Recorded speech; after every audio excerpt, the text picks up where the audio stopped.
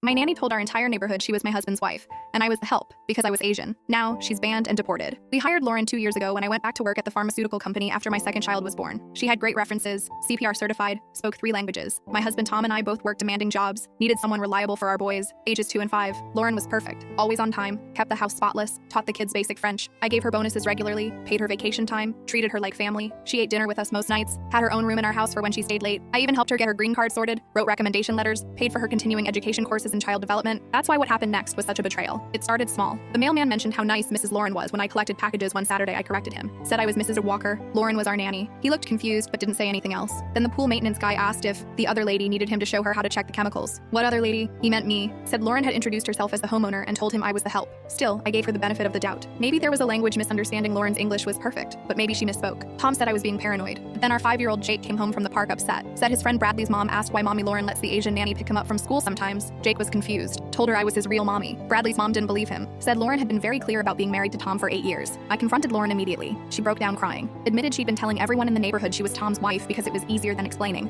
She was just the nanny. Said the neighbors were all white, wealthy, assumed any Asian woman with kids must be hired help anyway. So she just went along with their assumptions but flipped the story. Made herself the wife to feel less inferior. Begged me not to fire her. She loved our boys, needed this job, promised to stop. I wanted to fire her instantly, but Tom convinced me to give her another chance. The boys loved her. Finding another nanny would take months. Against my better judgment, I agreed. One warning. That was 3 months ago. Last week I left work early with a migraine. Parked down the street because contractors were blocking our driveway. Walked up to find Lauren hosting a neighborhood coffee morning in my living room. 6 women from our street sitting on my couches, eating cookies from my kitchen. Lauren holding court, telling them about her vacation home in Colorado, her husband's promotion, her plans to renovate the kitchen. Then she saw me through the window. Her face went white. Told the women she needed to give the help instructions for dinner. Actually called me the help in my own home. I walked in through the front door. The women all stopped talking, stared at me like I was intruding. One actually asked if I could come back later to clean because they were having residents-only discussion about the HOA. That's when I snapped. But I stayed calm, smiled, walked to the mantle where our wedding photos were displayed, picked up the largest one, me in my wedding dress, Tom in his tux. Beautiful wedding, wasn't it, Lauren? I said loudly. Where were you sitting again? I can't remember seeing you in any of the photos from our 2014 wedding. The room went silent. I pulled out my phone, showed them my driver's license, Rebecca Walker, same address they were currently sitting at. Then I showed them Lauren's work visa, her nanny contract, her pay stubs, every single document proving she was an employee, not the owner. The women started gathering their purses, muttering apologies,